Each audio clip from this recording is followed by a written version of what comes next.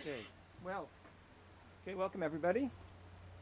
I'm Reinhold Martin. I'm the director of the Temple Hoyne Buell Center for the study of American architecture. I'll explain for those of you who need to know what that is. I'll explain in a second. But first I wanted to thank you all for coming to this lovely spot that we're very privileged to occupy, to share, to borrow from our friends here at the Peggy Guggenheim Collection. And I first really have to thank them, Philip Rylands, the director, and Sarah Pedrini, who's been extremely helpful. They've been extremely welcoming and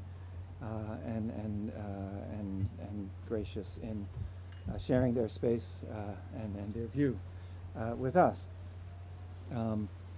We do so in a sense as neighbors, because one of the reasons that we're here is that there is, in a building just over there, the Casa Moraro, just around the corner, a small exhibition, you see here, called House Housing, that you can visit from 2 o'clock to 6 o'clock every afternoon for this rest of the week. If anybody wants to go over afterwards, we can do that. We'll be going over. And that's the occasion, in a sense, for convening this panel. And we've done this convening together with Gaia Caramellino, who is our co-organizer for the event. And you're going to hear more from Gaia specifically about her work, but also about this sort of the setup of the discussion in a minute. But I did want to really thank, it's been a great long distance collaboration, not always easy to do, but somehow we managed to do this seamlessly. And we've done this with my colleagues at the Buell Center, Jacob Moore, whom I think most of you have seen or met. Jacob, where did he go? There he is now. And who, with Suzanne Schindler, are co-curators of the exhibition. And again, you're going to hear from Suzanne in a minute. They're going to explain. Suzanne is going to explain in a bit more detail the specifics of the exhibition. All I really want to do to get us going is to say, first of all, what the Buell Center is and does, for those of you who don't know, and also why we're doing what we're doing. So we are technically and really a research center at Columbia University, that's part of the School of Architecture, but is also sort of independent of the everyday life of the school, in the sense that we have a different mission, which is technically to study American architecture. So why are we in Venice? We're not here necessarily to study American architecture in its classic formulation. We're here because my response to that mandate as the director of the center is, what is American architecture? It's a relationship. It's a set of relationships. It's not a thing, just like America or any other country is not a place per se. It's a set of relations, borders, transactions, exchanges. And so in that sense, our collaboration with Gaia is, in fact, we've collaborated before on the other side, is emblematic of this sense of exchange and comparison. And it really is in the spirit of a kind of comparing notes that we've invited and assembled here, this wonderful group, this morning, to compare notes, not so much not at all really about America. That's what the exhibition is largely about, but in this case, about more specifically Italian matters or European matters, or anywhere anybody wants to take us. So what are we discussing? Well, again, I think this will unfold in some detail through the morning, but for some years now, the Buell Center has been working on the housing question. The first iteration or form that this took was a several-year long project that culminated in a collaboration with MoMA in New York in an exhibition called Foreclosed, that was a response to the housing crisis, the financial crisis in the States and of course worldwide. And at some level, this is it's not just an extension of that. It's a reflection on the experiences from that, and most specifically, the fact that today, and I think it's almost possible to say that this is a universal fact. It is not possible to reopen the housing question in the way that many of us here have been wanting to do without dealing with the question of real estate. And we learned this, and we of course knew this very well. That was in a sense the premise of the work that we did on the foreclosure crisis. But it was made very, very clear in all kinds of ways that I'd be happy to talk about why and in what sense a critical, systematic, historically informed, comparative, situated discourse and analytic of real estate development is fundamental, shall we say, to speak the language of the day, in trying to think through and reopen, in effect, the conversation around housing worldwide. So then finally, on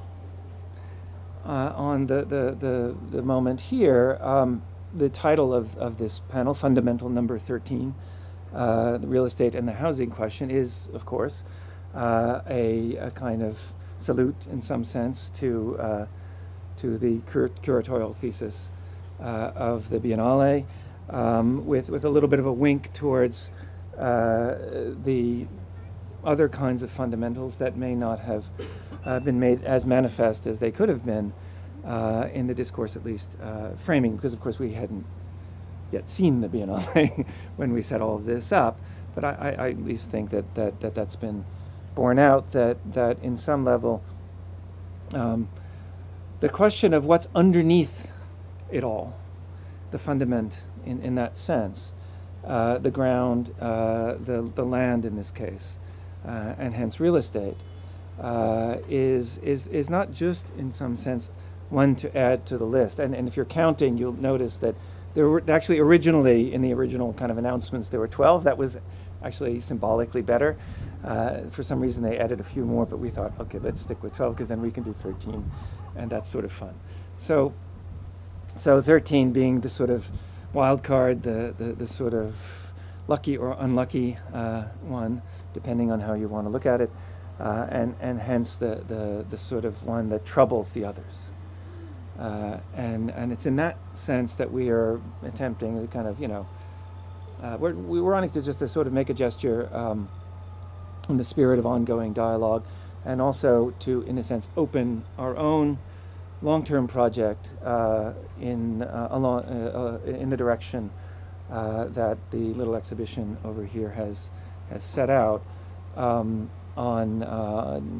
continue to explore the housing question, but to now make much more specific couplings or articulations with the past, present, and future of real estate development, and hence of the transformation of cities, and of course of their contents, including the thing that we call architecture, with all of its windows, doors, floors, ceilings, and ductwork, and toilets, and whatever else you need. So what we've done is asked our colleagues to just, in a sense, give us what they think is, as it were, the most important, we could say the most fundamental point of entry into their research, their sort of problematic vis-a-vis, as it may or may not directly interface with this. We actually don't expect or require a direct interaction with real estate per se, or with some larger dynamic. The point is just to put some things on the table and to go from there, and invite all of you into a more open-ended discussion, which I hope we feel is really just the beginning of a longer conversation and maybe collaboration on these matters. So with that, I'm going to hand the mic over to Suzanne who is a research associate, an architect, of course, in her own right, a research associate at the Buell Center, and with Jacob co-curating and directing this project. So.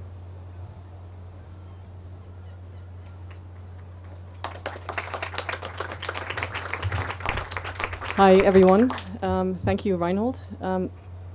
I'm just going to add some thoughts on the exhibition, which is the backdrop for this conversation.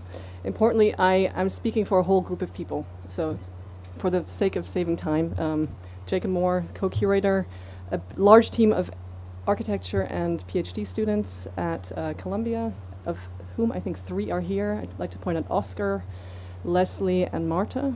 Maybe I'm missing some other people. And of course, Glenn Cummings and his team at MTWTF sitting right here, who managed to give an actual form to a very unformally and untimely collection of anecdotes, essentially. So in our larger endeavor to try to understand the relationship and articulate the relationship between architecture and real estate, or between the design of and the business of housing, a central effort is to understand the assumptions, often unacknowledged, that guide us as a profession and as a society in the choices we make. How can we understand the current predicament, which I will simply describe as a crisis of affordability and architectural quality in housing? Those are my words. This is me speaking. In the United States, but certainly also in parts of the rest of the world, how do we get here, and how might we begin to see these things differently, and in order to then act differently? To me, these questions and the exhibition have to do with challenging these assumptions. And I'm just going to mention 2 of them. One is in the title itself, house versus housing. In the US context, house is stands for solidity of society, building wealth, the predictability of the biological family unit. And housing is the counterpart, the renters, the nomads who don't take responsibility for their life. Of course, we all know that's not exactly true. Ownership isn't really ownership, because a bank ultimately owns your house or your housing. So basically already there, we feel like we need to challenge notions of typology and the assumptions that we embed in those architectural types. Another dichotomy, just as an example, again, in United States language, affordable versus market rate. Affordable technically means that it's affordable to your budget to live somewhere. In reality, it's governmentally subsidized and regulated income-restricted housing, and that's assumed to be heavily subsidized, whereas the market rate is idealized as the free, where the market does its job. That too, of course, is a big myth. The luxury condominium towers going up on New York's 57th Street are heavily subsidized through long, multi-year tax abatements. So that gets at the notion of public and private. So there are all these dichotomies that I feel we're trying to challenge. And in Reinhold's words, change the story and question the imaginaries. So that's a little bit the format we're taking. The fact that that's where history comes in. I think our memories are all very short, but the past has led to the present. And if we don't understand the past, we can't understand the present. And Gaia just pointed out that there was an exhibition at MoMA, which is with the same title, or almost the same title, 1939, which maybe you knew. Did you know? So we have a lot to learn. Anyway, the fact that history is so present at this year's Biennale, I think is great, and I would like to credit Anne Kokelkor for pointing out that studying history is maybe the only pragmatic way to get at the present, because we're too enmeshed in the present. So we have to look at history, but we have to take it to the present, which is what we're trying to do in our show. We don't stop. So this exhibition is the first stab. There are 19 episodes selected to succinctly tell us the story of how policymaking, i.e. government, finance, i.e. bankers, and design, i.e. architects, are mutually dependent and shape the form of our shelter. I look forward to this panel to give us impulses on how to move forward. Thank you very much.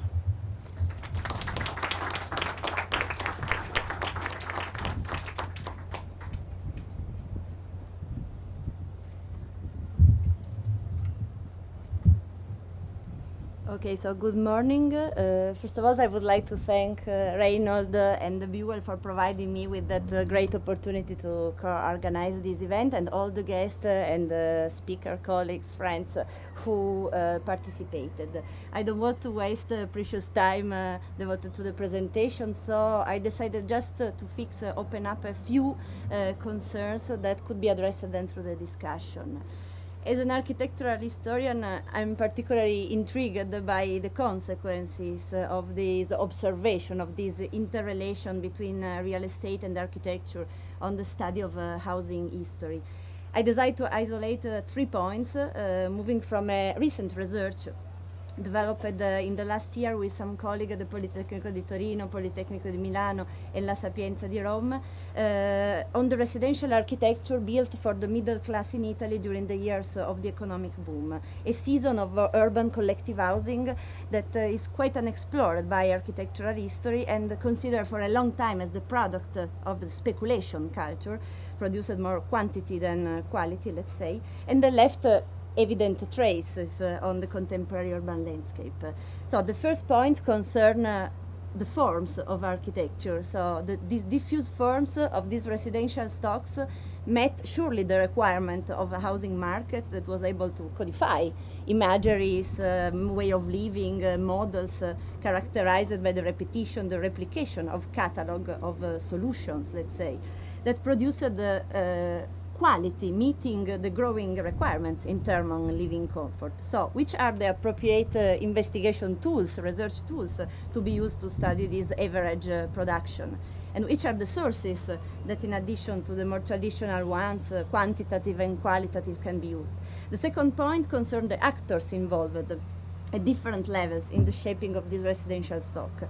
So assuming that in many of these studied cases in this process, architects had a secondary role, a plurality of other actors, real estate operators, developers, technicians, were responsible of the definition and circulation of housing models, living cultures, imaginaries. So this panorama, this professional panorama, allowed also to observe the relation within local political authorities and discuss a quite ideological separation between private and the public that sometimes disappear in this intermediate city that made by property developers that a central role in definition of housing and urban policies, but also in the use of public lands and public monies. So my last point, that is the third, was to move from the scale of architecture to the one of the city, stressing the role that the residential stock and the real estate developers had in the construction and transformation of the Italian city since World War II. So the history of the construction of post-war cities has often been represented and portrayed as the result of one unique project, maybe based on the city plan, on the perspective of the city plan, one unique narrative. However, this intermediate, ordinary city has been developed through the stratification of processes, actors, spatial forms, and often are the result of punctual, separated, isolated negotiation and process of urban agreements between developers and local public administration, showing a more nuanced, let's say, narrative about the construction of our cities. So it seemed necessary to try to maybe trace an history of its, I don't know if call it private city, I don't know if it's correct, observing, as it's been done for the public housing, the forms, the chronologies, the geographies of that characterize the different seasons of its construction.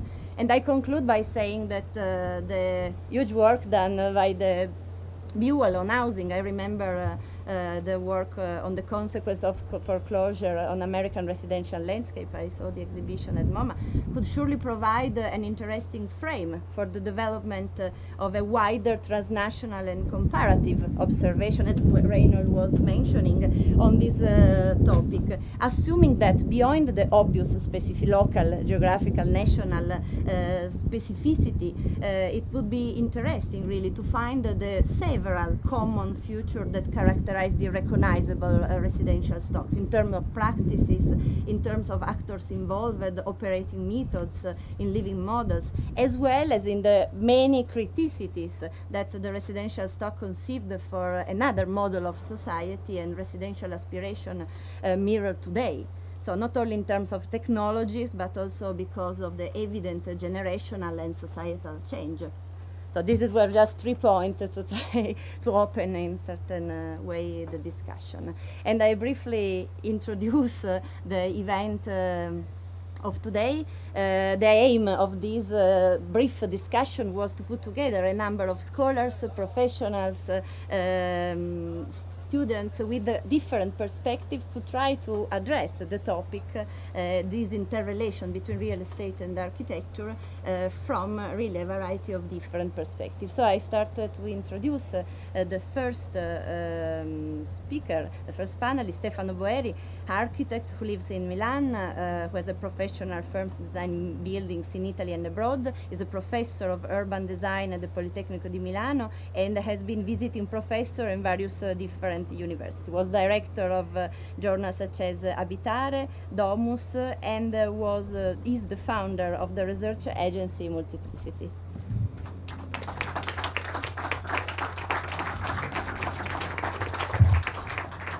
How can I open this? Not more than 5 minutes, so simply to show you two case studies that we are going to develop in Milano.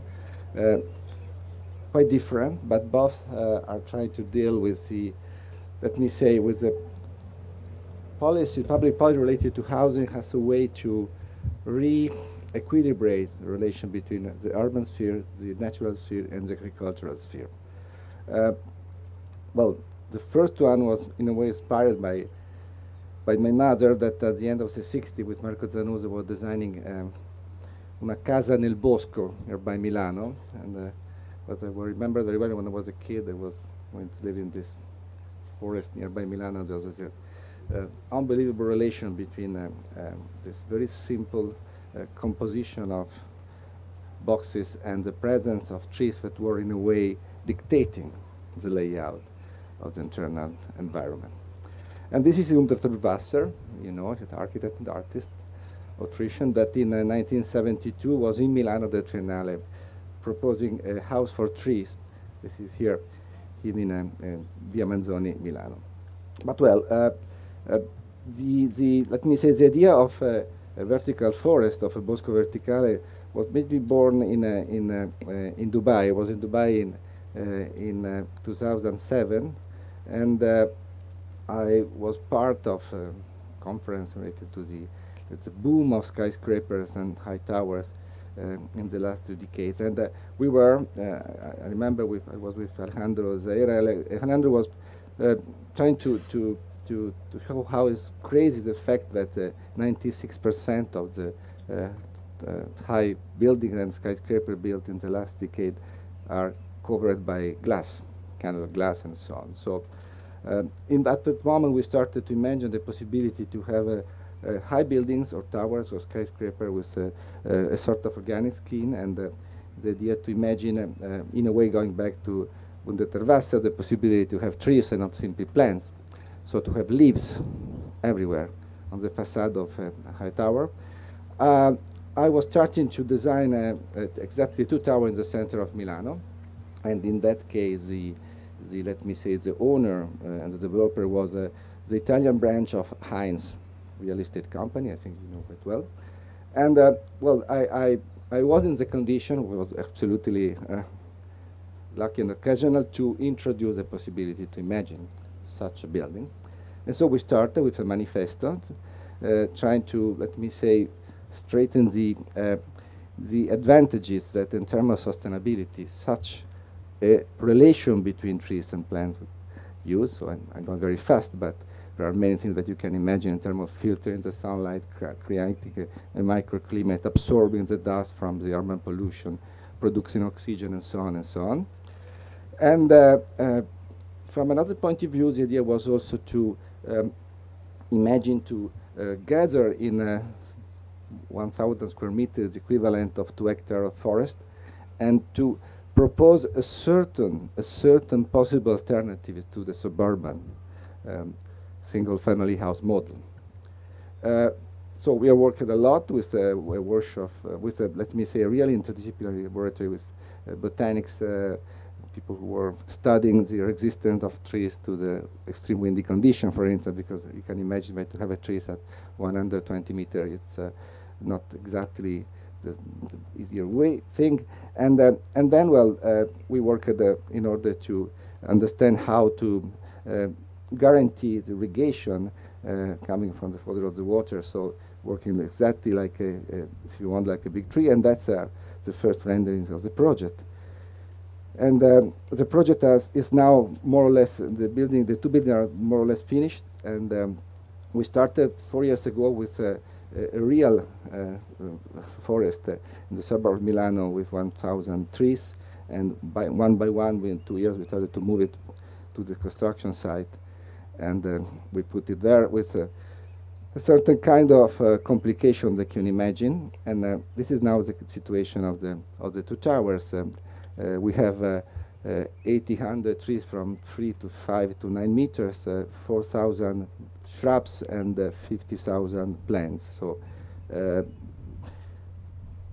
to be very honest, what I think is the most interesting contribution of this experience is not exactly about sustainability, and it's, if you want, more about biodiversity. So, because the kind of differences in terms of species, because we have more than 30 species of trees, more than 110 species of plants. It's really, in my opinion, probably the most interesting advantage of such a typology, so to introduce an nest of biodiversity in an urban condition which has a completely kind of other for sure, this is a building for, let me say, high income dwellers, so it's absolutely on that direction. And if you want this kind of proposal that starts from the idea that when you have to design a tower or a skyscraper, you design a public building because it's exposed to the view, to the perception of the citizens. So if you want, you can consider this an attempt to compensate, to extract a kind of generosity from a building which is extremely private and with a very specific class of dwellers. The second model I'm going to finish is in a way the opposite. It's something that we are going to build in Milano, and it's a model for social housing built using the wood or the prefabricated panel wood that can be extracted from the regional forest in Lombardy around Milano. So this is a completely another example, and we are still working on this, working in order to, let me say, use the modularity that wood panels could guarantee, and we are also just to clarify how is different this project from the first one. We are trying to introduce also a model of participation in order to involve the dwellers in the definition of the layout of the internal environment that they will inhabit in future. Thank you so much.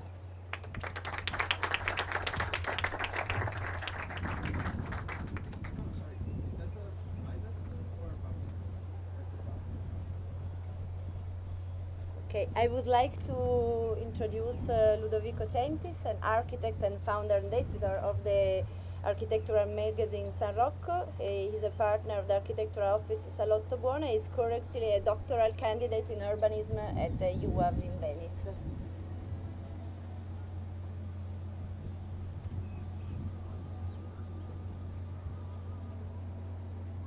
So I'm going to talk about a specific case study, which is the Fondazione Housing Sociale, that I think addresses several key issues. Sorry? Oh, yeah. Okay. No, otherwise I can do this. It's easier. So just some key data about the scenario in which this social housing foundation started to work. So these data deal with the years, 25 years from 1984 to 2009 in Italy. So Italy is a country where 80% of the families own the flat or the house where they live. Dealing with the housing stock on the market for rent, nearly 3/4 of that is owned by natural persons and not by larger firms. There's been a dramatic drop in the number of subsidized housing built by the state.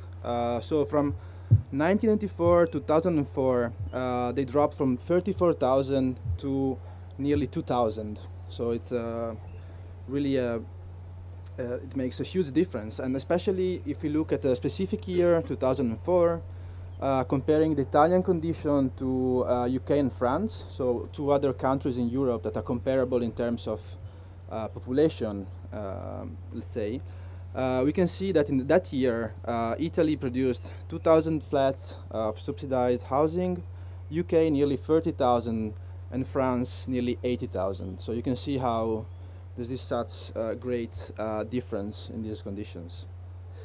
And another dramatic thing is that from 1991 to 2009, the income of the average Italian family raised by nearly 20%, while the cost of rent increased of 105%. So it's basically, it doubled the thing. So this fact put a huge stress on the monthly economy life of a family, so that housing and getting a house became really a relevant issue. So in all these conditions, there was a law made by the government in 2008, and this law, one of the things that was foreseen was introducing new tools to face this condition, and in a condition in which the Italian state couldn't provide all these dwellings, the idea was to find different ways to respond to this dramatic condition. So one of these was also, especially looking at other experiences in Europe, as the Dutch one, in Holland especially, was to allow closed-ended types of real estate funds where public and private money were accumulated and used to produce social housing. This also introduced something that for Italy was a bit new. Italy is a place where, compared to other countries, European Western countries, the figures are usually not so clear, are somehow blurred. So between the construction companies, the developers, the real estate agents, and finally in Italy, in this condition, figures that were present in the studies and text about urban renewals and the urban condition finally came from the book, from the theory to reality. And also in those years, dealing with housing condition, as I was saying, in Italy, this was quite, compared to other countries, Holland, by instance, this was a quite new reality, and also it was the first time where, in 2008, there was an official definition of social housing, of what that is. So basically, it's social housing consists mainly of dwellings rented on a permanent basis, and that can be built from scratch or rehabilitating public or private housing stock. And in Italy, there's been three types of supported housing: edilizia sovvenzionata, which is subsidized housing; edilizia agevolata, which is assisted housing; and edilizia convenzionata, which is agreed housing. So the case study I'm talking about, the Fondazione Housing Sociale, was started in 2004 by a private foundation, the Cariplo Foundation, which is coming from a bank, the Cariplo Bank in Milano. And the goal was to group and implement skills that deal with social housing, with the idea to build an open source platform somehow. So after this experience, in which Cariplo Foundation collaborated with Lombardy region and the Association of the Lombardy municipalities, after this experience of the Fondazione Housing Sociale, there was this institution of this new fund, which is the Fondo Investimenti per l'Abitare, which is a housing investment fund, which is owned or managed by three key figures.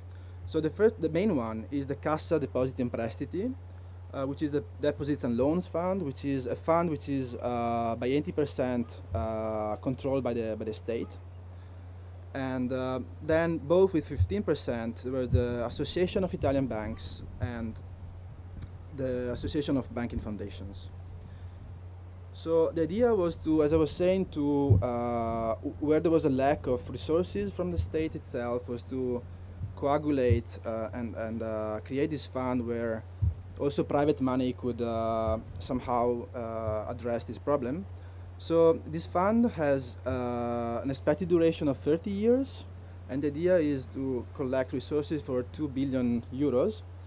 And the fact is that it's also addressing a sort of what can be called an ethical goal in terms of economic performance, so that the performance goal is set 2% higher than the annual rate of inflation. So it's not a very speculative program, but it's a quite low in that case. And the other idea is that, as I was saying, this foundation has this sort of open source attitude, so that the idea is that this Italian fund, which is operating all over Italy, can provide 40% of the budget required for the program, while the 60% of that should be collected in the local terms. So this is a map that you probably don't see so much now, but it's a map pointing out many of these interventions that already have been done or are starting in these years in Italy. They're mainly located in northern Italy, central, and then southern Italy. And so basically, total is 1,400,000 square meters of intervention of these programs, and 3/4 of that is social housing units, and the remaining percentage is devoted to all these programs and spaces that allow these interventions to deal with all the issues related to social housing itself, so the services for the inhabitants and so on. And so there's 3 different commercial offers. One is rent, pure rent with redemption. So the fact is that given a final price for the house, the rent you pay is going to be taken off from that final price. And then there's agreed sale.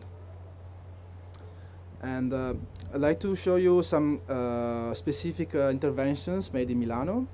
The interesting thing is that many of them, they don't deal with interventions built from scratch, but addressed a huge stock of housing owned by the state, especially in this case is ALER, which is the housing units owned by the Lombardy region that subsidize housing. So 3 projects has been developed now in Milano and realized. So one is Cenni di Cambiamento, which is a housing project built from scratch with new technologies, so load-bearing wooden walls, which is the same that Stefano was showing before. Maison du Monde is instead in an area via Padova, which is a multicultural area in Milano, is a refurbishment of a building with a goal to have new inhabitants that come from different cultures and religions, from Italians to Arabs and so on. And Abita Giovani instead is a program for which young couples or young people renovate this ALER housing stock, which is usually or often it presents very critical conditions.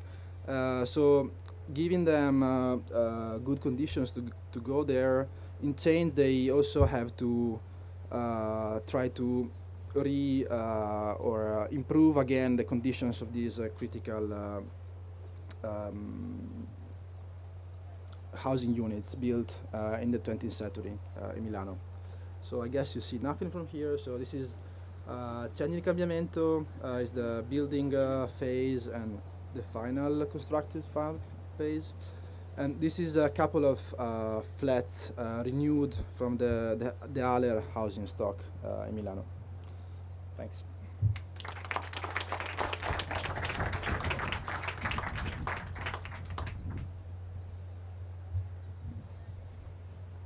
I would like to introduce Marie-Antoinette Glaser. She's a doctor in philosophy, a researcher in cultural anthropology at the ETH Case Center for Research on Architecture, Society, and the Built Environment, and is the scientific director of the interdisciplinary Master in Housing ETH Architectural Housing course.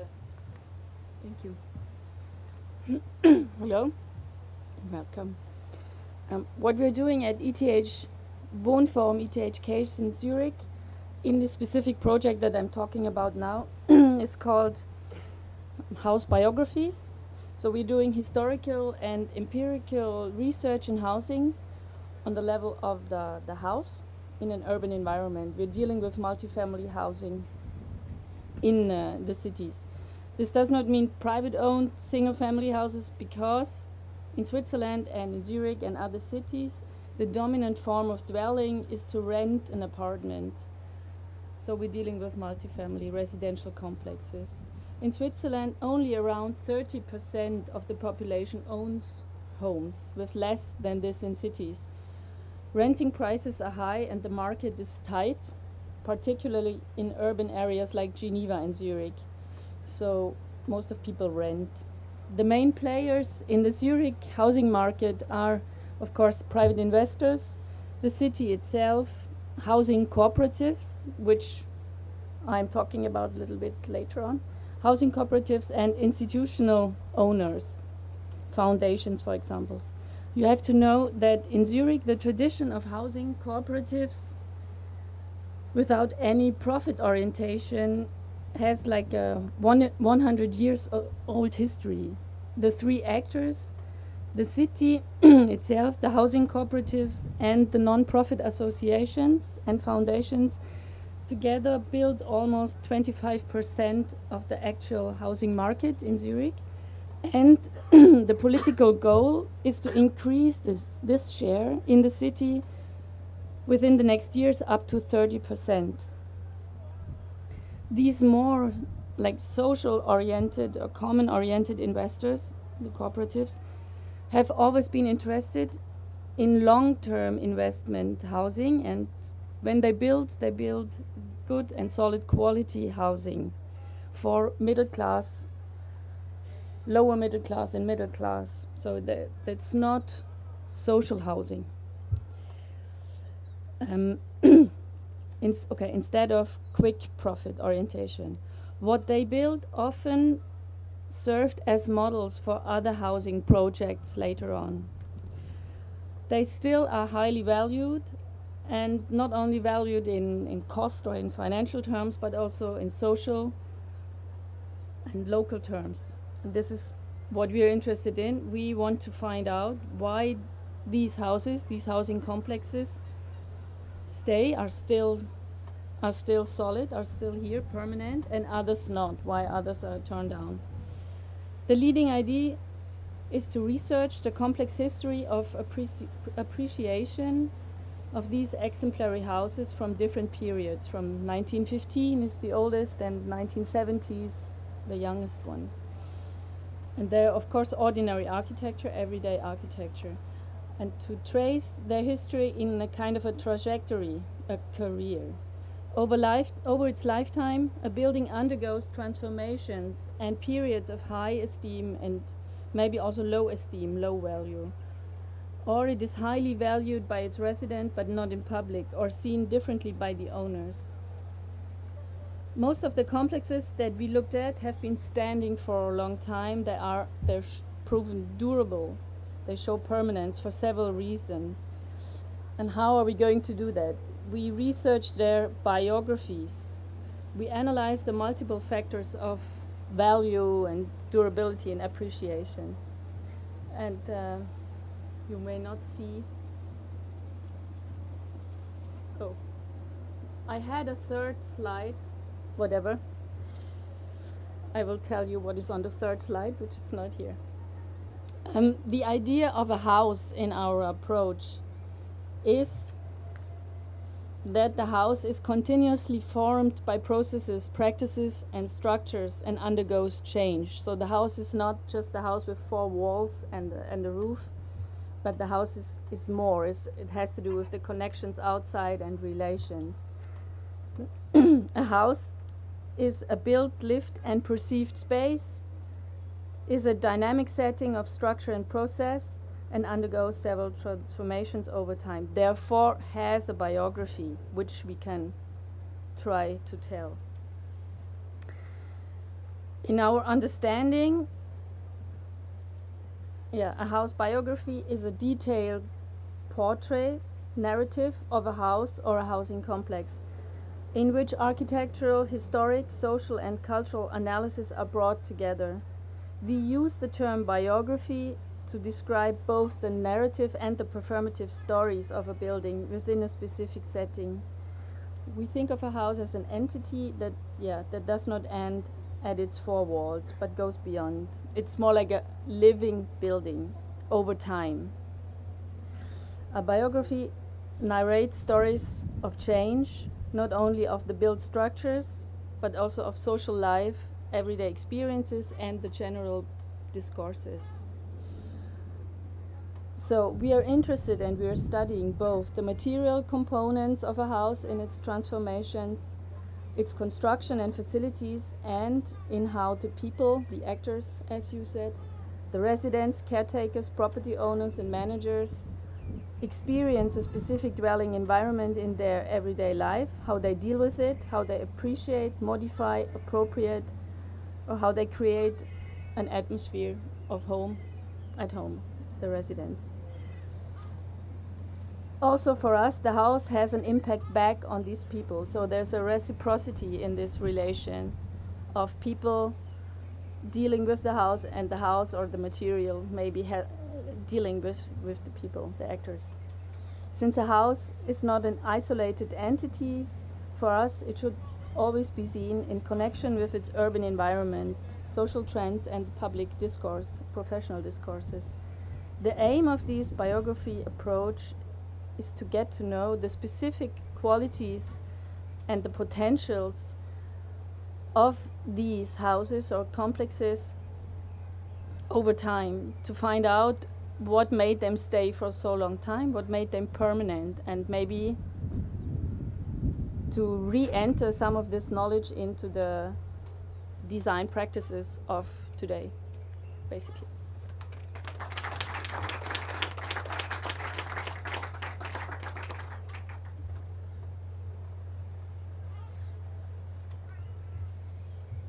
I would like to introduce Juan Herreros, professor at the ETSAM, the School of Architecture of Madrid, and professor at the Graduate School of Architecture of Columbia University, New York. He is running a 20 architect office based in Madrid, and his build work can be broadly and internationally awarded, published, and exhibited. Thank you. Somebody perhaps move this and put it here. I think you will see something. Okay. Seeing all these difficulties that my colleagues have had to show you the images, I'm going to change my schedule, and I give you the bullets I wanted to show through the images, and after that we will see the images and selecting only the ones you can see something to talk about. Okay. I had like 6 or 7 points that I think, at least for my particular interests,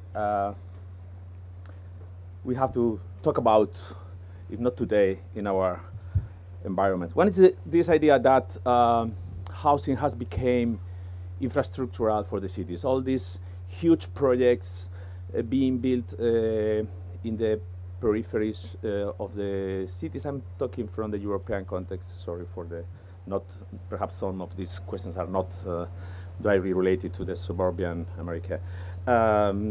So I was on these huge projects that are being added to the periphery, but also the renovations of big portions of centers of our cities are becoming really infrastructural, because going to the dictionary, infrastructural means what makes possible something to work, no? So all these economical forces, all these strategical politics are being perhaps more infrastructural than in the 70s or the 80s, where the underground lines or the highways, no? So I think this is what is one of the questions. The second is about the 15 years ago, 10 years ago, and still our students are all day talking about how different families we have, how different compositions of way of living they are. But absolutely that's not a problem. I think we have already go ahead of this question of being different, and not necessarily the representation of these differences in the domestic domain have become something important for design. I think this is an interesting question. But what is true is that real estate has created some topics about quality, about comfort, about what are the aspirations, and most of them are truly non-interesting objectives for people who are going to spend a lot of money and a lot of time, a lot of energy trying to live like the Sunday magazines tell them they have to do. So this renovation or this crisis of the domestic privacy is also something that real estate is forcing us. And perhaps we have to stop and say, is this really a model of comfort, quality, luxury we love or we are interested? And this is also perhaps the reason why a new idea of communities are coming instead of the right to be different. No? Right to be different is, I think, already something, fortunately, of the past, no? The discovery of the other. But the idea of community is becoming so strong, and this is a absolutely architectural field of possibilities for design. No? Teaching institutions like Buell Center and many schools around the world are, I think, at this moment, the most interesting and the most capable laboratories to explore and to change all these topics and to fight against all these conservative ingredients and conservative attitudes. And the first, perhaps, is the typological transformation, the typological correction we have to introduce. Because the models are really old and conservative, and not. We see projects like Stefanos is one example. It's only a few of them. No? The rest of the city is being built with very, very banal construction and design, and I think the School of Architecture can really create new models and new ideas, both about the new the projects growing like new in all these peripheral situations, but also about this working on the existing fabrics, because I think the city today is looking absolutely for a collection of second opportunities, no? Second opportunities for land, but also second opportunity for buildings and for existing fabrics. And Gaia Caramellino knows very well about this, because she has helped us with many of the works we have done about this. And the last bullet is about hybridization and how really how important can this really be for the renovation of the map of the city and for the social, economical, and urban renovation, and how real estate is really resistant to this kind of complexities, which are at the end also introducing some complexities into business that is not comfortable for the real estate world. Okay, so beyond buildings and beyond housing. Well, you don't see nothing. You don't see anything. This is a collection of images about some projects of our office, but are only the documents that are public, the documents that real estate clients or developers use from our production, or how they transformed it, or how they use to create some of these ideals that perhaps were not exactly the ones we were working on. No? This is a project in Casablanca. It's a typical French school master plan, creating these 3 levels, 3 different cities: the ground city, the block city, that we could say the urban one, and the top with some kind of tower. So it's a mix. Perhaps this hybrid is not in terms of programs. We only have here a collective swimming pool, some real retail and different kind of apartments, but the hybridization is coming from these different ways of living in the city. The 3 different aspirations, the topical aspirations: to live in a single family house, to live in a block, or to live in a tower. No? So, and this is designed by the master planners of this project, and very well accepted and very well explained by the developers. No, was just to explain that in terms of function, the program is not that ambitious.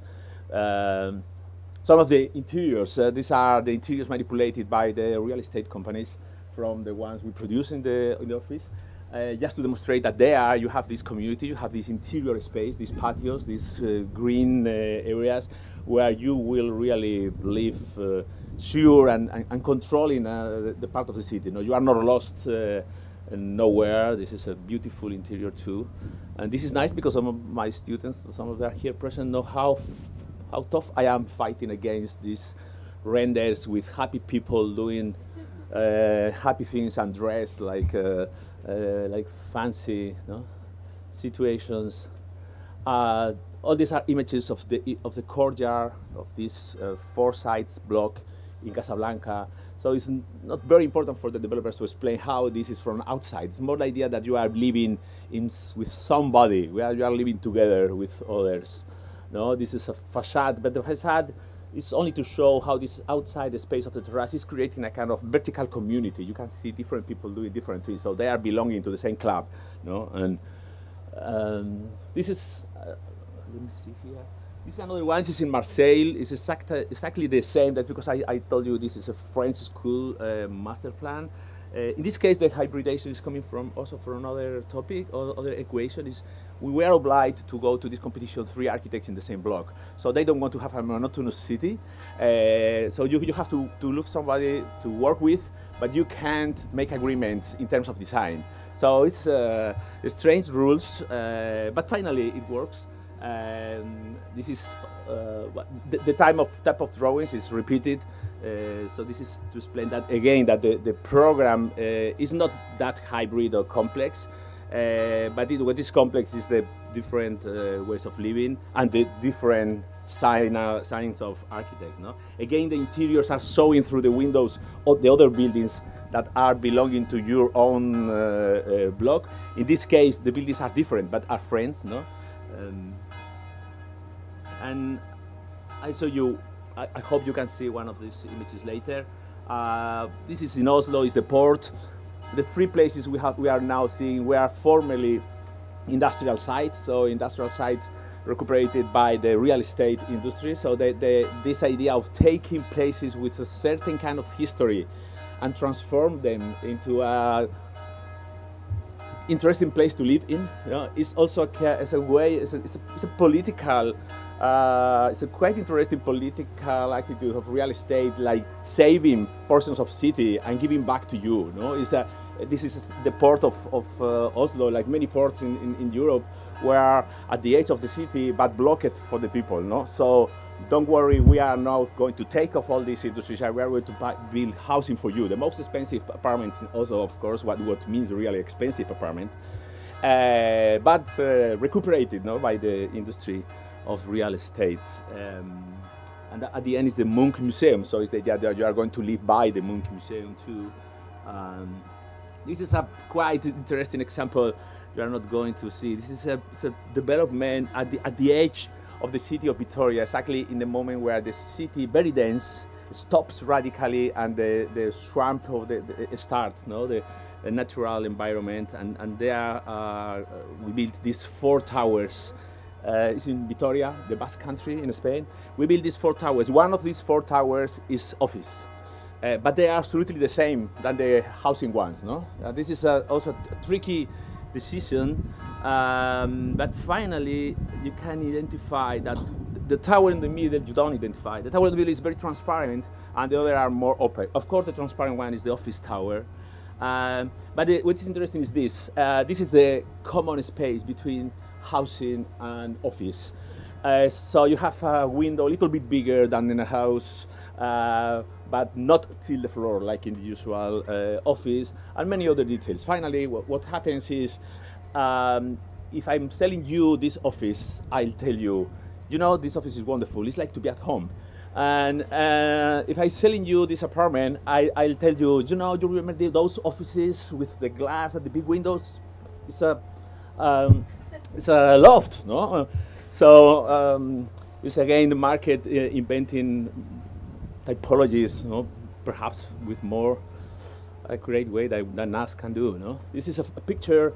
On the left is the housing tower, the right is the office one, the transparent. But they sold the transparent one also to sell apartments, no? It's like saying, you will live in this kind of super transparent, wonderful building, no? Well, this is an example of a construction of a collection of dwellings over an existing building. The existing building is a garage of buses of the transport system in Paris. The history of this project is quite interesting. Paris, as many other cities in Europe, was selling the garages of the public transport system to create some empty, vacant sites to sell to the real estate very expensive. In one moment, somebody asked or studied carefully about the cost of selling this site and move all these people, all these buses 40 kilometers far, how the gasoline and many other expenses. And finally, they decided that if they could build on top of this garage some dwellings, the economic operation would be much better.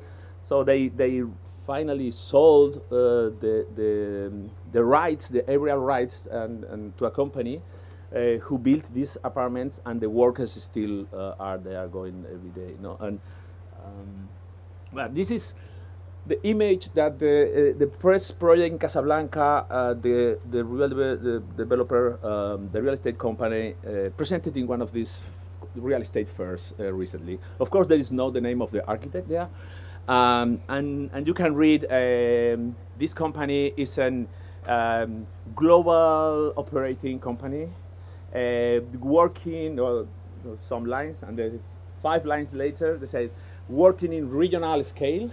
And 5 later, they say something like negotiating with a local. No? So this idea of being local, regional, and global, like the first offer to you to decide where you live. And in the second paragraph, they say we have everything a company like us needs. We have sociologists, urban designers, architects, and negotiators with local communities. So it's like we have sociologists, we have people who are going to help you to know how you have to live. We have urban planners, so where you have to live. You know that the 3 most important aspects of real estate for real estate people is location, location, location. And the third is we will design something good. And the 4th is, but don't worry, we will negotiate the permissions and all these things. No? So architects are 3rd in the list. And these are some materials, you don't see them, but they are super nice and high quality graphic design for selling real estate. This is Argentinian office, perhaps cheap but very talented people, working for Russian developers building around the world their products. No? So it's nice because you don't see the buildings that much in the propaganda. It's like those advertisements in TV where you don't see the car, no? But the quality is extreme. So that also demonstrates that when the real estate decides that you are going to accept something like it, they do, and they don't worry. These are these kind of images that I always fight in the schools, full of old people cultivating flowers and doing tai chi and all these things, and are used by our own clients to. And this is talking about the schools. Only 2 images more. Sorry. This is an experiment that was done in between 2 schools. Frankfurt and Graz years ago. And they did this feature to, there was a residential tower. The design was exactly something like residential tower. But they used the most ugly images, the typical images coming from the real estate production to promote these lectures and conversation and a beautiful book they did. And they did this like a provocation, but they didn't get it. No? Finally, the image become completely accepted by everybody. So the provocation was just bad design. No? And these are just 3 examples of these groups of work, and some of these Gaia has participated. Okay, thank you very much.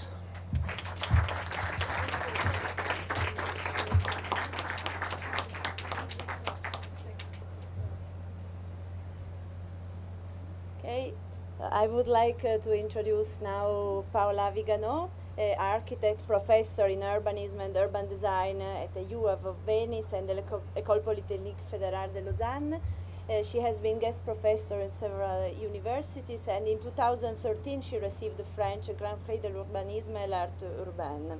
She founded in 1990 studio with Bernardo Secchi and is today part of the Atelier International du Grand Paris.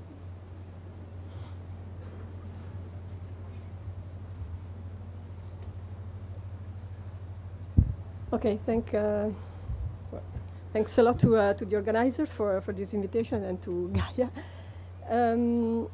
Well, I would like to set some research questions. These research questions, they come from an experience. I mean, academic and professional experience. So I will touch briefly some cases. First of all, I think this is also the way in which you put the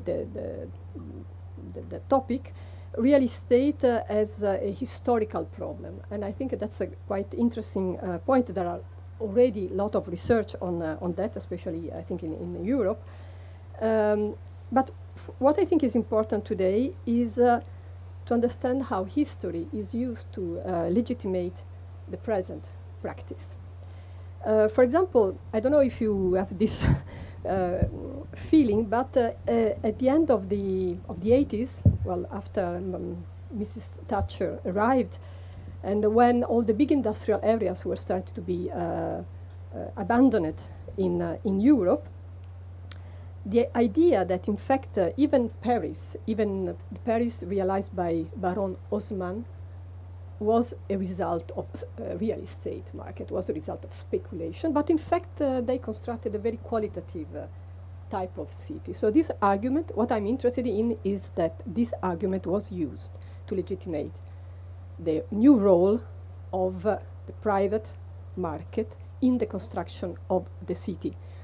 After the season of social housing, after the season of the public city, that was one of the main arguments. Finally, that the market could build very beautiful, very interesting part of city. So it was used as a way to legitimate the urban project scale. So that scale that was not one building, but it was a more important intervention. Another, you can say, historical question for me is the problem of the conclusion of life cycles.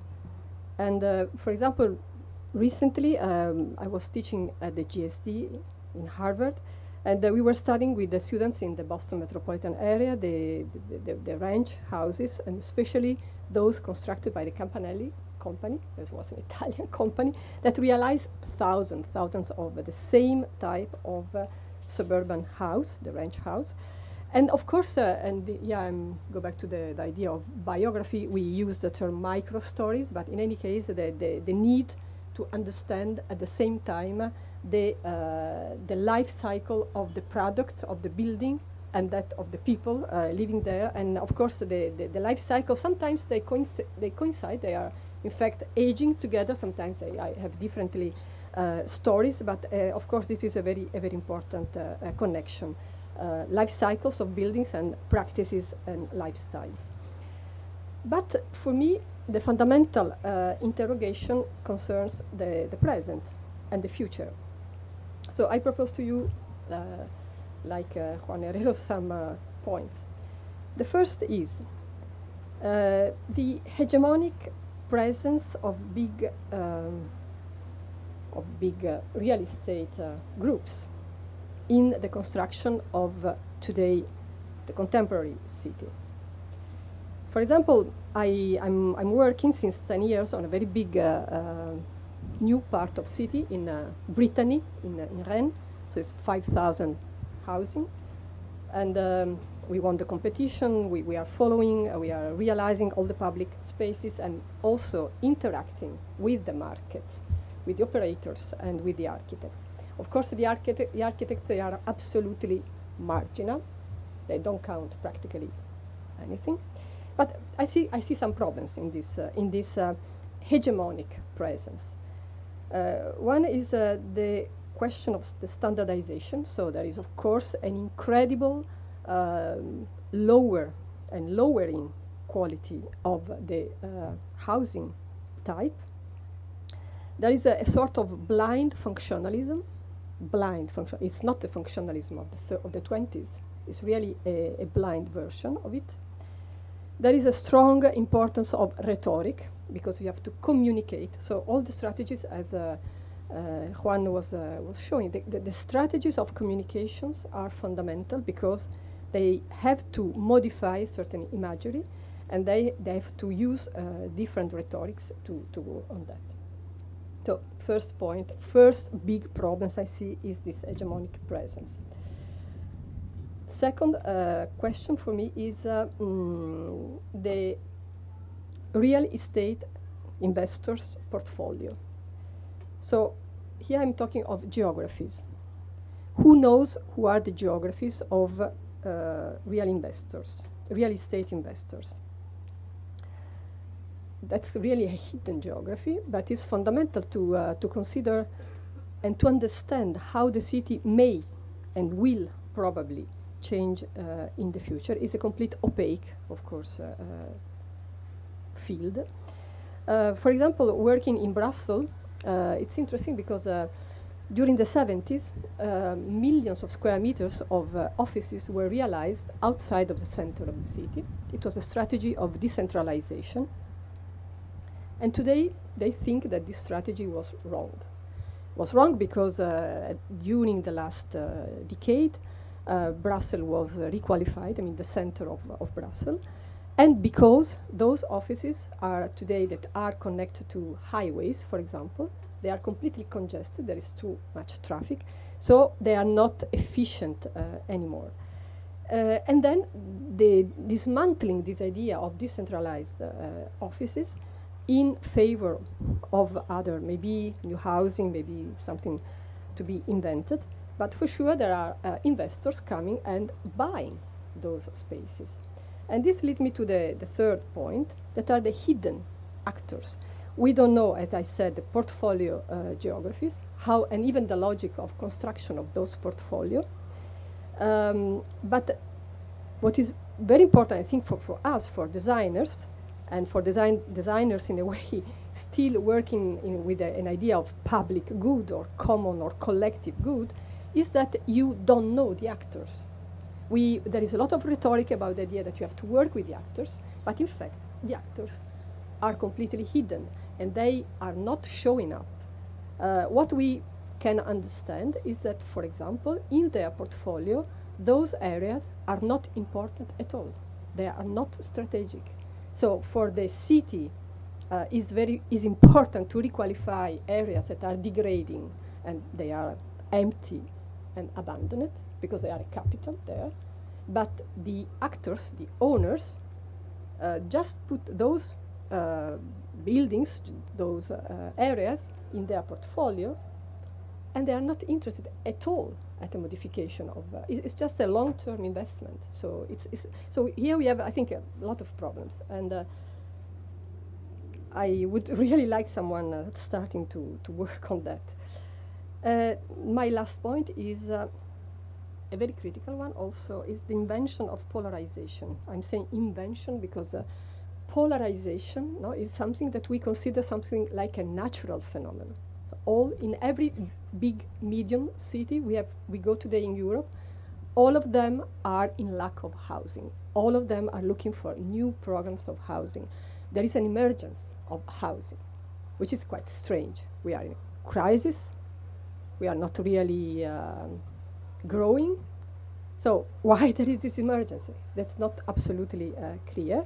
But for sure, there is this idea that is much more useful to concentrate and to have some polarized areas, and then the rest will be the marginal part of the territory and of the city. And then on these poles, on these polarized areas, all the tension, all the attractivity, all the investment are concentrated.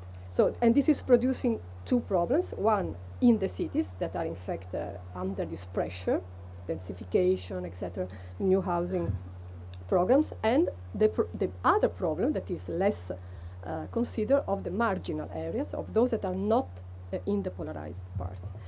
So a very, we can say, unbalanced idea of city and territory. Okay, these are some points. For me, these should be questions to be addressed in this kind of research. But which kind of project? For me, as a designer, I think the main point is which kind of project can we do? Which kind of project are we allowed to do? What is the field that is remaining? Again, I insist on the fact that especially in Europe, the architects and the urbanists, they are inside a logic, a political even logic of reformism, redistribution towards more equality and more equity. I mean, we are formed inside that logic. So how do we, are we just resisting? So are we just imagining acts of resistance? Acts of resistance, for example, in the fine grain in Europe, in Italy, in the United States, the fine grain, I mean, the plot, the single family house is an interesting scale because many things can be organized there. Is where the fragmentation of space and its ambiguity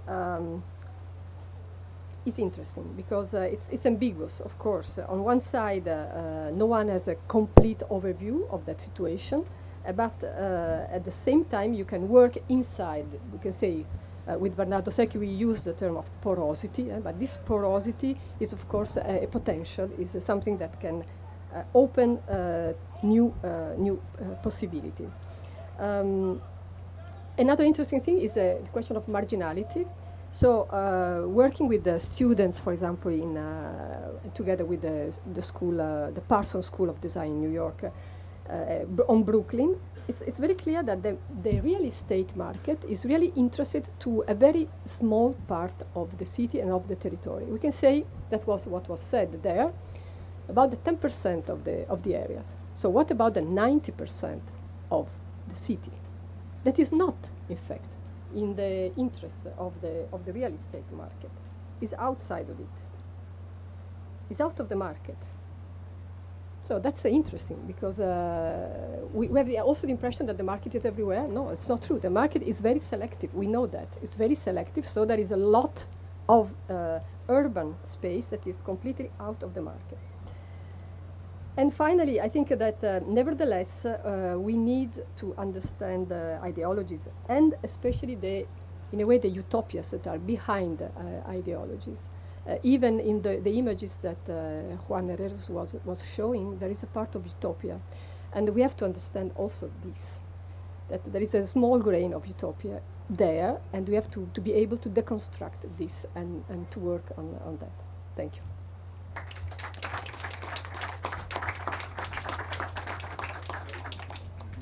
Okay, well, thanks so much. It's very clear that this is, in a sense, overflowing. I mean, everything is, in a sense, too much to do on this relaxing morning. We're over time already. We continue with the reception after our conversation, but we did want to at least begin having a discussion about these topics, and so again to thank everybody for their very, very pointed and insightful presentations. And I wanted to begin with a question for Stefano, because I do appreciate that you introduced, it's between the lines of the sort of economic dimensions, of the ecological aspects of the housing question. In other words, that, that I take the trees, and I think you sort of said it at the end, to be at some level discursive or symbolic as much as, pragmatic vis-a-vis, allowing the city to breathe. And as has been said in other ways and I think was said, that the pressures that in that particular building, it was interesting to see the two. I thought that was very, very clear. The sort of tower for developers, and then the examples that Juan showed, and all in the back, in the context, I think, of the policies that Ludovico outlined for us. That there's only so much that you can work with, and it's largely a facade and or the depth of the thing, of the building. So, if that's the, if, as it were, something like sustainability or ecology and so on is a way in. I mean, this is the question really, for architects to kind of pry open the building, the city, etc., from the point of view of what you described as the public face of these large buildings. Having made the statement, with the trees, where would it continue? Like, in what sense? What would you do if you had the chance to do more really with the city itself, using the housing as a civic building block? Where would you take it? How far would you go, do you think? Yeah, well, no, I was in a way trying to underline that probably there is a rhetoric in the Bosco Verticale. It's more about biodiversity than sustainability. Anyway, I think that's one of the possible contribution to increase biodiversity. And but I'd love to, if I'm very sorry I have to leave, I have another thing, but I'd love to go back to something that Paola was saying that I think was really important. So about the fact that the market is not covering the entire surface of our city. That's a serious point. And this is serious also if we decide to stay in the perspective of the public policies. No? So because the point is exactly which kind of which horizons should have in order to intervene with public policy on the housing question if the market is so. And well, I remember that at the beginning of the 80s, Bernardo Secchi, so we go back to him, was proposing a sort of device through whom to observe the housing question in Europe. It was the opposition, or maybe the parallel device of processes of filtering up and processes of filtering down. So how the building stock is filtering the movement in the social composition, economical composition of the population. So I think we should a little bit put at the periphery of our attention the processes of construction, of new construction, of evolution, and so that normally the architects are following, and go back to the necessity that the public sphere should observe, and if it's possible, rule and run this kind of, let me say, less visible changes that are, from a certain point of view, part of the market, also if they are not, let me say, run by the big operator of the market. So I think that 80%, 90% of our city are changing every day, and these processes which are invisible, that are changing the social composition of the park, it's something that we still are not able to run and to observe. Thank you so much. Okay, ciao. Yeah, no, I mean, we can run with that. First of all, we can elaborate that, because it's an important point. And I mean, one of the points that we wanted to highlight, to sort of emphasize, and I think Gaia, you said this very well up front, is the historical dimension of this process. And again, Paula, you ended with this. That at one level, I think, find ourselves confronted with something very new. And some of the building types that we were just looking at, and the formulas, Juan's funny formulas and so on. These are new dimensions of old processes.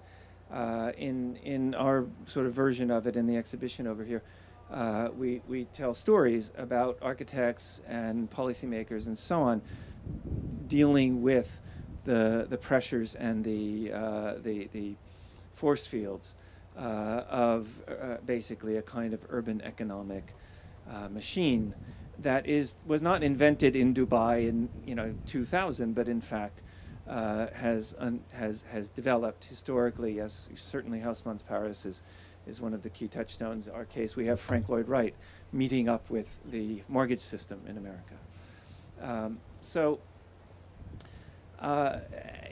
Add to that this other aspect, which has to do with the scope of it all. In other words, that it's uneven, as you're saying, Paula. What either historically or, let's say, in a more contemporary arena, what do you think that adds up to, basically? What do you, in other words, where is the most effective point of entry for not so much architectural practice right away, because I think we've also wanting to delay, immediately saying, this is the answer.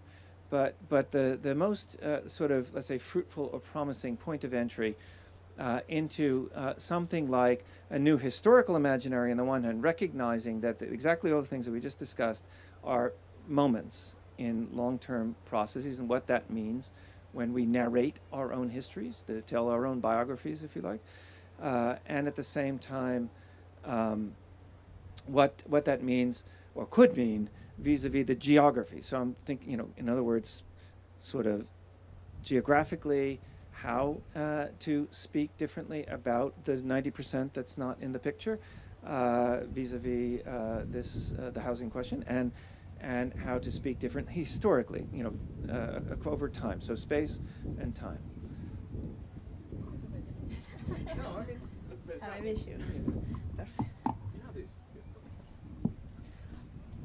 Well, I don't know if this is the right answer to your question, but I think what is important and what is really interesting is what happens in Switzerland right now. I can only speak on Switzerland.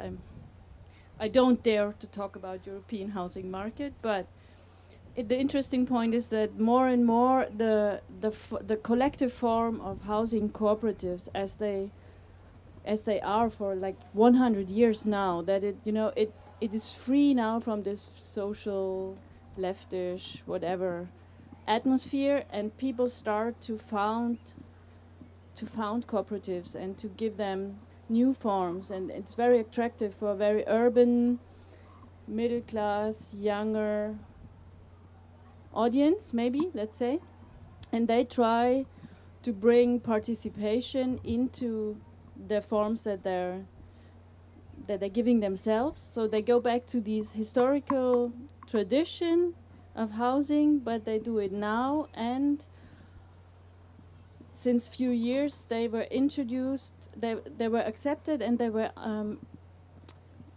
supported by the city, for example, because the city of Zurich gives these new cooperatives land, maybe land which is not really attractive for the market, but these rest parts of the land in the city, like over a bus depot, over a tram depot, very contested little parts, but right in the middle of the city, and nobody can deal with it because it's not family living there.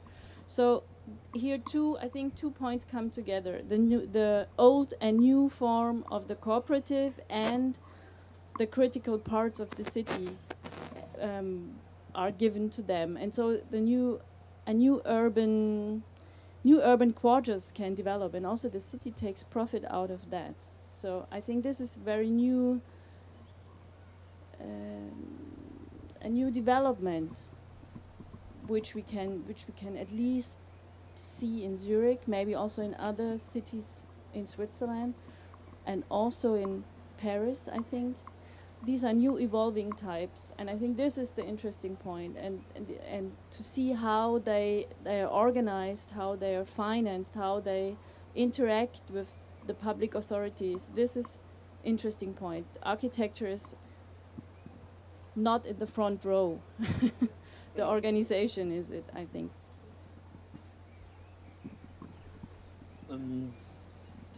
I think this, if the question is about, there is a meeting point between architecture and real estate or something like that, no? Because we have really felt very weak against all this super strong machine for these last decades. And perhaps now we have the, I don't know why, but we have the feeling that there is an opportunity. Perhaps the idea of utopia is changing, and real estate is not so ready for that. No, in here in Europe, with all this economicalization, many social changes related to the aspirations of the people are creating strong problems to the real estate industry.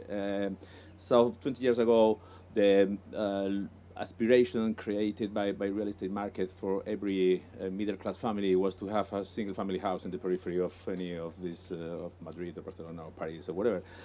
At that time, that was a completely stupid decision if you want to live in the city, in one of these cities in Europe. Perhaps the less interesting option is that, no? But now that model is completely under crisis because many other equations have appeared, like sustainability or other concept of quality, as I was saying before. And now there is a strong aspiration of coming back to the center and to take part of the urban scenario. So the idea that center is not good for children is not working anymore. You need to have 2 cars in the periphery, 2 dogs also, of course. So that is not working anymore also, because perhaps it's better to don't have any car. So all these new aspirations are completely far from the real estate capability. And for example, in Spain, every investors in properties, not necessarily real estate, but patrimonial investors are buying complete buildings in the city. They don't know for what, but they are very cheap. But the buildings are there, and perhaps in the next future they will need architects. Architects know how to intervene in these typologies and how to transform former buildings used for other activities into housing that, of course, is going to be the future, because we have too many offices and too many of any other thing. And perhaps in these situations, in this crisis, situation of crisis, there is a meeting point for architects to work and to invent some different ways of intervening and creating some models of residential models. No, there is another strong effect, and I think in Italy, is also happening, and in many other European cities, is that social housing till 20 years ago was a question of solidarity with modest social classes, no?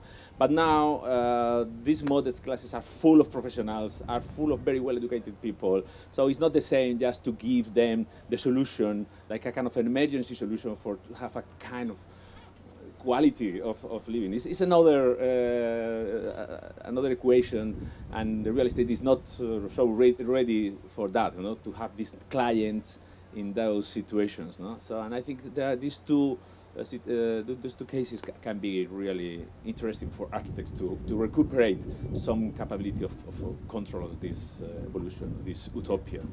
That's a very interesting portrait, in a sense, or map of the scene. I have one more question that kind of bounces off of these things, and then we can, drink. But I really wanted to get to this, and it's surreal. I have to say, I fully appreciate the surrealism of this discussion on this roof, in this weather, and I hope you do too. But okay, Ludovico showed these unbelievable graphs. And the lines go, one line goes like this, the other one goes like that. basically. And that, there are names for it. The names are like things like Thatcherism. In the US, we used to call it Reaganism. But, in other words, there are precisely political economic processes that have by design produced the new scenario that now, you guys just described very eloquently. The new mixtures, certain kinds of structural unemployment, and so on. Now, that 90% is been given another slightly different number, symbolic name, the 99%. That, yeah, of course, and that has now looks. I think Juan is right. Differently, it's because it is exactly 99%. It's almost basically everybody, but that it, constitutes a kind of constituency for, as it were, the housing question. So no longer, I think, are we necessarily speaking of, in some generic, abstract sense, as our predecessors did, about like the masses or the people, but really of intensely mixed and highly specific in any given situation. But what is shared is this graph. I mean, this graph, this one way or another, can be drawn all over the world. In one, with just slight variations, a few here and there. This goes up, that goes down. And again, architecture and urbanism find themselves, as it were, sitting on those lines, riding those lines one way or another, depending on the particular project or the mixture and or the relative, let's say, inclinations of a commissioning, whether it's a private entity or a public entity. So, in the spirit of the surrealism of it all, beyond the questions of how to adapt to the situation, the in a sense older and maybe truly utopian question of how to change the situation, how to redraw those lines, seems to be at least necessary to ask, if not to answer. I'll pass it to Ludovico, since he gave us the lines, to say, okay, there they are. Can they be redrawn? Not easy to answer that. One thing that I wanted to reconnect a bit to some things that were said before about how we look at history back, and in this case, I also think sometimes it's interesting to look at particular figures in the 20th century that addressed in different ways aspects of the construction and how you think to realize these housing interventions and to make them durable and comfortable. No, by instance, I mean, also it's interesting to look back at figures as Fernand Pouillon in France, and how he addressed, in a quite sometimes excessive way, but how he addressed the issue of how you make a huge number of housings, of flats, in a quite cheap way, fast way, so that you make it accessible, and how they are durable then. So this deals with the way you construct things, and how at the time he was really thinking out of the box in that case, and using stone instead of concrete at the time, that allowed him to build so quick and fast and so durable, no? And how also these houses, especially interventions in Algeria, became also public monument somehow, no? So also how these interventions become part of the public shared values. And on the other side, how he was challenging this fact that you have these very clear roles in which you have the investors, the developers, and the architects, and saying that if you don't break this chain or this system as an architect, you will never be able to unfold the process as it was supposed to be for him. So, and how he became at the same time the architect, the constructor, and the real estate guy, you know, and how this finally collapsed, and he went to jail finally. But he's one of the few architects that really challenged this division, and I still think that from the outskirts of Paris and many interventions, they are still talking about how this experiments were durable in quality of life. And Paula made a long research about Paris, but also, so I'm thinking like, is it because sometimes it's not legal for architects not to be at the same time the developers, no? So I also think that it's a matter of roles and how you control these processes. So I thought, if Paula had some response, and then we can give Gaia the last word since she has the first word. No, in fact, I don't know if my impression is correct, but the idea here is to talk about a research. So a research means something that should tackle the existing situation. I think any research should have this ambition to modify something. Otherwise, why should we make a research just for? And I think that your two, the structure made by this vertical, temporal dimension, it's very important.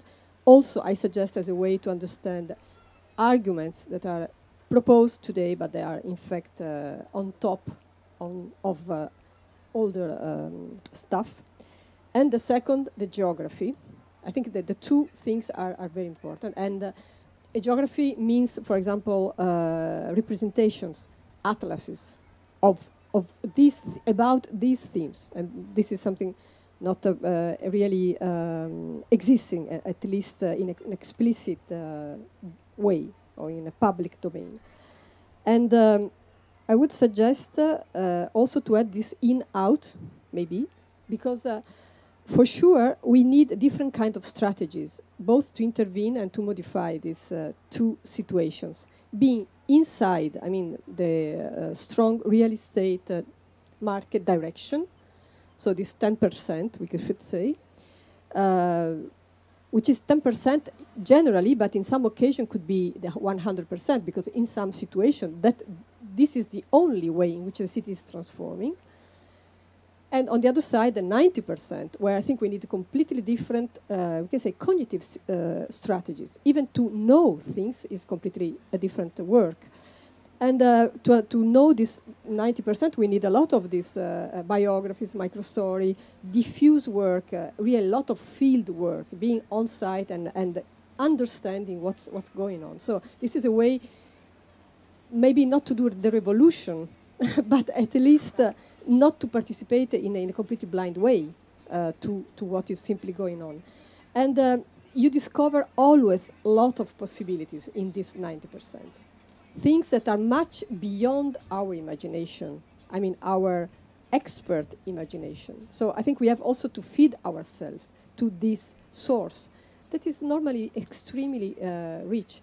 If you could come with us in the inland of Venice, so where this diffuse city is lying, there we can understand that people are adapting, readapting, recycling. And even in a crisis moment, maybe we can recognize some element of resilience that are very interesting to understand. So I think we need a different set of tools for this vertical, horizontal, in-out strategy.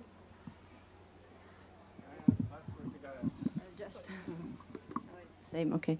So it's a perfect suggestions to try to conclude. I would like to answer about this tentative to put in tension, maybe in some way, the experiences. For example, I'm focusing on the Italian case of the 50s and 60s on what is happening right now.